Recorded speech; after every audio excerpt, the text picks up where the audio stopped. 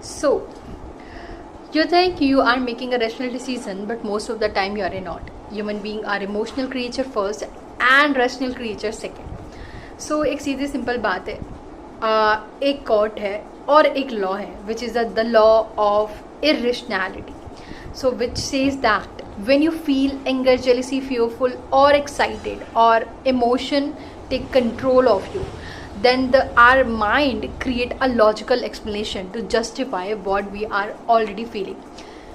Suppose किसी ने आपको बहुत तेज चिल्ला दिया.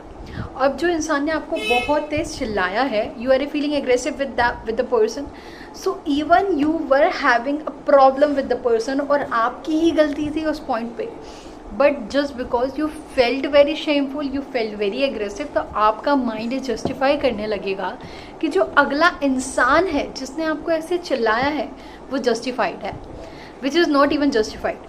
क्यों? क्योंकि हमारे अंदर जो इमोशनल रिएक्शंस होते हैं, हमारा ब्रेन उसी को जस्टिफाई करने के लिए नए नए स्टेटमेंट ढूंढ लेता है और यही लॉ ऑफ इरेशनैलिटी कहता है.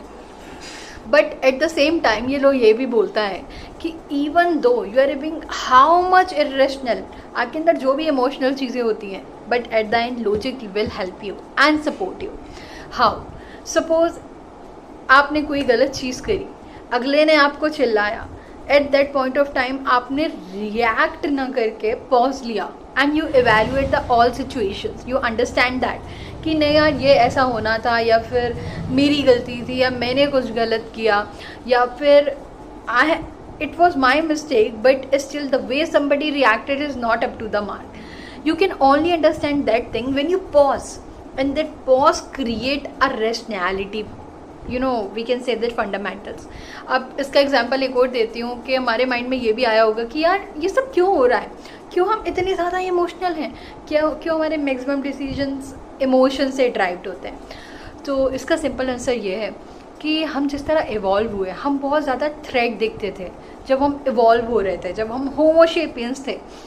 तो हमें है ना उस टाइम बहुत क्विक रिएक्ट करना होता था. मतलब उस टाइम पे ये सिचुएशन नहीं थी कि we have to wait, we have to use our intelligence, then we have to react. No, we have to immediately react to save our self.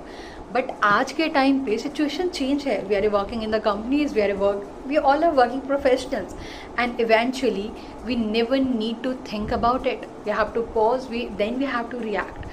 Like हमें कोई शेर खाने नहीं आ रहा है इस समय कि हमें इमीडिएटली रिएक्ट करना है, लेकिन हमारे अंदर जो वायरिंग है वो उसी तरह से हुई है. And that's why we are still in chaos, we are still facing something. So that's for today. Will meet in the next session.